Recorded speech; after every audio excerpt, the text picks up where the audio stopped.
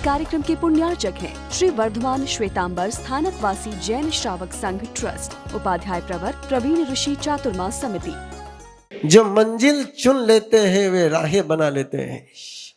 जो मंजिल चुन लेते हैं वे राहें बना लेते हैं। राह मिले या न मिले, जिधर उनके कदम बढ़ते हैं उधर राह बन ही जाती है। 3 मंजिल तय करनी आपने।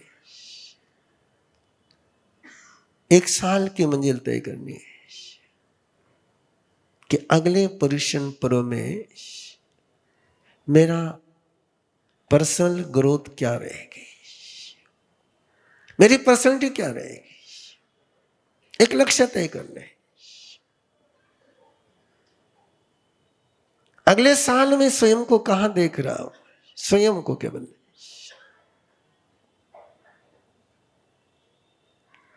किन बातों ने मुझे परेशान किया था जो मुझे बाद में ध्यान आई। एक बार मंजिल तय कर ले। दूसरी मंजिल तय करें, मेरे फैमिली में मैं क्या ग्रोथ करना चाहता हूं, फाइनेंशियल नहीं, मेरे फैमिली का माहौल मैं कैसे बनाना चाहता हूं। क्या मेरे फैमिली में प्रॉब्लम चल रहे हैं, क्या तनातनी चल रही है, किस तरीके से मैं, क्या ग्रोथ है, क्या लक्ष्य है। और तीसरा लक्ष्य लिखिए कि जिस संघ समाज और देश का मैं सदस्य हूं, मेरे समाज को लेकर मेरा क्या लक्ष्य है।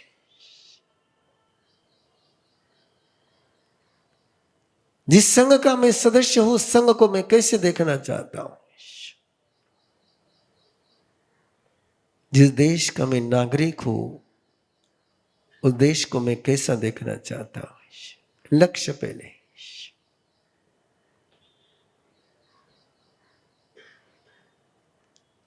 लिख लिया हो तो मेरे तरफ आ जाइए। मैं पुनः तीनों की बातों को एक एक बात पर चलूंगा। जहां आपको लगे आपकी बात है, आप नोट करते जाएंगे।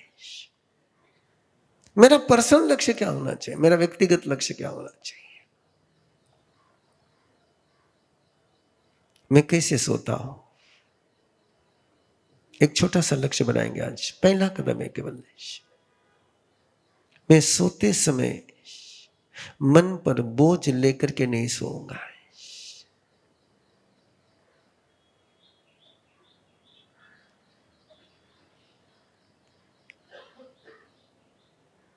मैं मन को बिल्कुल दिन भर के सारे क्रियाकलापों से मुक्त कर करके सोऊंगा। ये डेली की साधना है कि पर्युषण पर्व है, जैसे महासती जी ने आपको बताया, वैसा ही पर्युषण पर्व मेरी करने की भावना है। Never before. रूटीन प्रवचन मेरी करने की इच्छा इस बार नहीं है। रूटीन अंतगढ़ भी मैंने इस बार पढ़ा नहीं है। और ऐसे सबको पता है कि मैं तो बासी माल परोसता ही नहीं हूं। एक छोटा सा लक्ष्य बना लीजिए आज का कि मैं सोते समय कोई शिकवा, कोई गिलवा, कोई रिग्रेट, कोई खंत लेकर के बिछोने पर नहीं जाऊंगा। दिन में मेरे से किसी का दिल दुखा होगा तो मैं तुरंत सोने के पहले उससे क्षमापना करूंगा। मैं कचरा लेकर के सोने के लिए नहीं जाऊंगा। मेरी नींद में मुझे कचरा नहीं चाहिए। मैं शिकवा लेकर के नहीं जाऊंगा। कचरा और शिकवा लेकर के सोना, इसको आर्त ध्यान, रौद्र ध्यान में सोना कहते हैं। यदि मेरे मन में शिकायत है किसी को लेकर के और मैं उस लेशा में सोता हूं, मैं उस विचारधारा में सोता हूं, तो मेरी रात पूरी उसमें ही बीतेगी।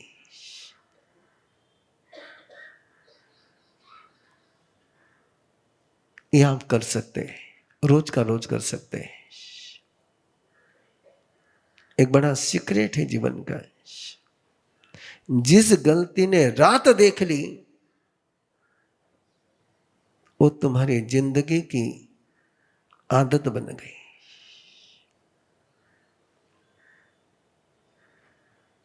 जिस पाप ने रात देख ली वो पाप मेरे लिए सांप बन गया।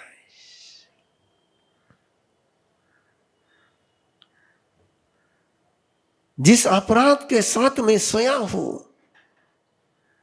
वो अपराध मेरे जीवन का अंग बन जाएगा।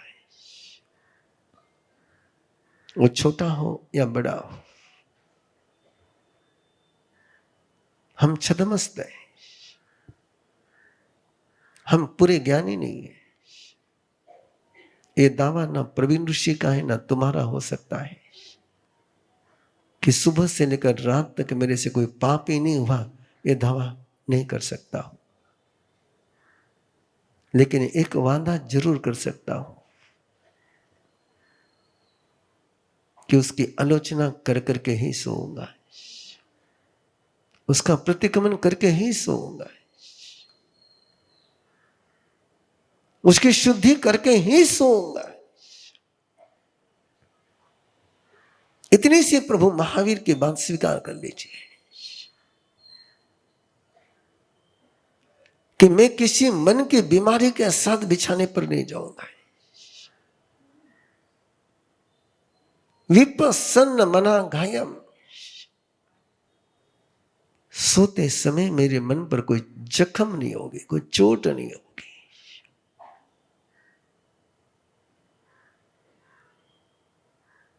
इतना जरूर कर सकते हैं और ये करना चाहिए।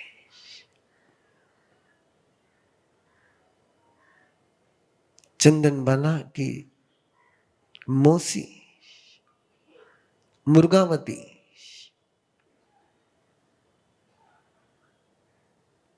अपने पूरे साध्वी ग्रुप के साथ प्रभु के दर्शन के लिए, प्रभु के प्रवचन के लिए, प्रभु के समोशन में पहुंची और प्रभु ने अनूठी कृपा बरसाई पूरी धर्म सभा पर। कैसे आत्म सूर्य का उदय होता है,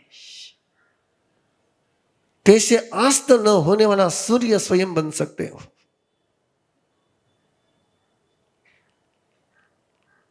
कैसे वो कैवल्य का सूर्य जग सकता है, उदित हो सकता है। क्या उसकी साधना है? प्रभु अपनी वाणी में बरसाते चले गए और प्रभु जब बरसा रहे थे कुछ लोग जान रहे थे, कुछ लोग समझ रहे थे, लेकिन मुर्गावती केवल सुन नहीं रही थी, केवल जान नहीं रही थी। तो जैसे जैसे प्रभु फरमाते जा रहे थे वैसा वैसा महसूस कर रही थी, तन्मय हो गई, वो तल्लीन हो गई, आंख बंद और प्रभु के शब्द उसके अंदर उन भावों को जन्म दे रहे थे। उसके अंदर प्रकाश प्रकाश प्रकाश प्रभु कह रहे थे और उसके अंदर उजाला भरता चला जा रहा था। प्रभु ने कहा कि तेरा ऐसा चंद्रमा हो सकता है, तुम ऐसे शीतल हो सकते हो, तुम अमृतमय हो सकते हो, तुम्हारी वो चंद्र ज्योत्सना है। और मुर्गावती इन भावों के साथ सुन रही थी। प्रभु जो कहते वो सत्य है, प्रभु जो फरमाते वो सत्य है। तमेव सत्यम तमेव सत्यम तमेव सत्यम जम जी नहीं पवेयम। और इस आस्था के साथ वो सुनते सुनते वो चांद और सूरज के उजाले में ऐसी तन्मय हो गई, ऐसी तल्लीन, उसकी समाधि लग गई, गहरी समाधि लग गई। ऐसे प्रभु के भावों में डूब गई कि कषाय भाव, राग भाव, कर्म भाव, औदायिक भाव सारे शांत हो गए। ना समय का पता चला है, ना क्षेत्र का पता चला है। केवल वो तो प्रभु की उस वाणी में इतने तन्मय हो गई, प्रभु ने बोलना बंद किया, लेकिन मुर्गावती की साधना की सिद्धि चलती रही।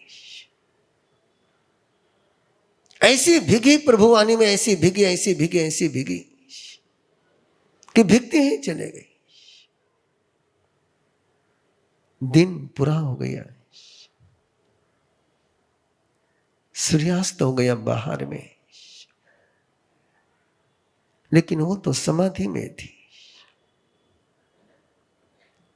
सारी इंद्रियां उसके केवल अंदर में लगी हुई थी, और उस उजास में, उस उजाले में इतनी तन्मय, इतनी तन्मय, इतनी तल्लीन, कालातीत, न नक्षत्र का बोध, न शरीर का बोध, न समय का बोध, न परिस्थिति का बोध था, तो केवल प्रभु ने जो फरमाया वो सत्य का बोध है। और यह मेरी चेतना का स्वभाव है। इसका उपयोग एक ही जगह लग सकता है, दो जगह नहीं लग सकता है। यदि प्रभु में उपयोग लग गया तो संसार का योग नहीं होता है। यदि ज्ञान में उपयोग लग गया तो अज्ञान का योग नहीं होता है। यदि श्रद्धा में उपयोग लग गया तो संशय का योग नहीं आता है। यदि सदाचार में उपयोग लग गया तो दुराचार की स्मृति नहीं आती है। और उसका उपयोग लग गया था, एक अखंड धारा बहती जा रही थी। बाहर अंधियारा, लेकिन उसके अंदर उजाला है। कुछ चुभा, कुछ काटा, और ऐसी जगह पर काटा कि समाधि टूट गई।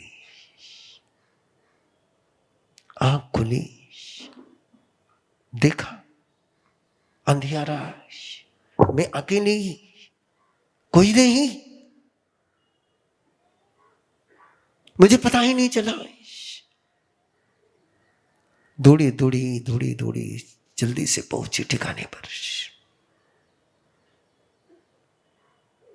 ध्यान में रखना अगले पड़ाव को,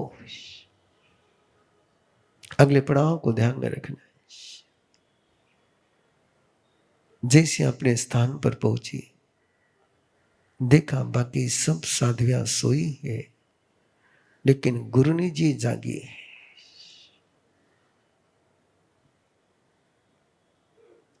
चंदन बाला जागी हुई है।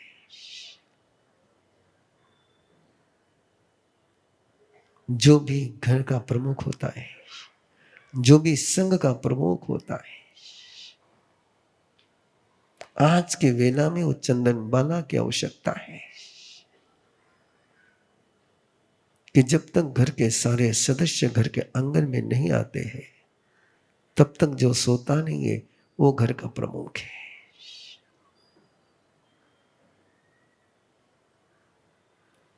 घर के प्रमुख को ये पता होना ही चाहिए कौन कब घर पर पहुंचा है, और वो शांत मन से सो रहा है कि रोते रोते सो रहा है। अगला संकल्प होना चाहिए आपका कि मेरे घर में, मेरे परिवार में कोई भी दुखी मन से नहीं सोएगा, कोई भी दर्द लेकर के नहीं सोएगा। जब घर के आंगन में कोई दर्द के साथ सोता है, पीड़ा के साथ सोता है, तो पूरी रात उसके रोम रोम से घर को बद्दुआएं मिलती है।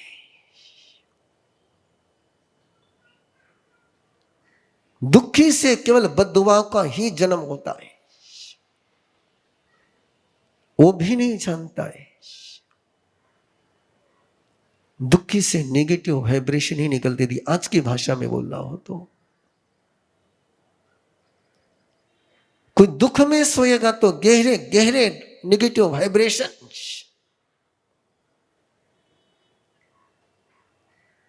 कहां वास्तु शांति कराते हो। परिवार में शांति होगी तो वास्तु शांति हो गई। दीवारों को शांत करने की आवश्यकता नहीं, घर में जीने वाले के दिल को शांत करने की आवश्यकता है। घर के प्रमुख का एक दायित्व है कि मेरे घर का कोई सदस्य दुखी मन से नहीं सोएगा। मैं जिन शासन की ओर से आपको वचन देता हूं, यदि आपने एक छोटा सा नियम शुरू किया है, घर का एक प्रोटोकॉल बना लिया है कि घर में कोई दुखी मन से नहीं सोएगा, तो घर में कभी कलह नहीं हो पाएगा, घर में कभी महाभारत नहीं हो पाएगा, घर को कभी साढ़े साती का चर्चा ही नहीं आएगी। ये आसमान के शनि तुमको बर्बाद नहीं करते हैं। तुम्हारे घर में जब कोई दुखी मन से सोता है, तभी तुम्हारे घर को साढ़े साती लग जाती है। और घर में कोई दुखी मन से न सोए तो कोई साढ़े साती, कोई राहु, कोई काल सर्पयोग होता ही नहीं। चंदन बाला जाग रही थी, उसने देखा मुर्गावती को आते हुए और कहा, इतना विलंब? और मुर्गावती ने कहा कि मुझे प्रभु के आंगन में रहते हुए, प्रभु के चरणों में रहते हुए साक्षात चंद्र और सूर्य के रिद्धि सिद्धि समृद्धि का दर्शन हो गया। एक साथ प्रभु के दर्शन के लिए आए हुए चांद और सूरज मुझे दिखे। इस कार्यक्रम के पुण्यार्चक हैं श्री वर्धमान श्वेतांबर स्थानकवासी जैन श्रावक संघ ट्रस्ट, उपाध्याय प्रवर प्रवीण ऋषि चातुर्मास समिति, महावीर भवन इंदौर।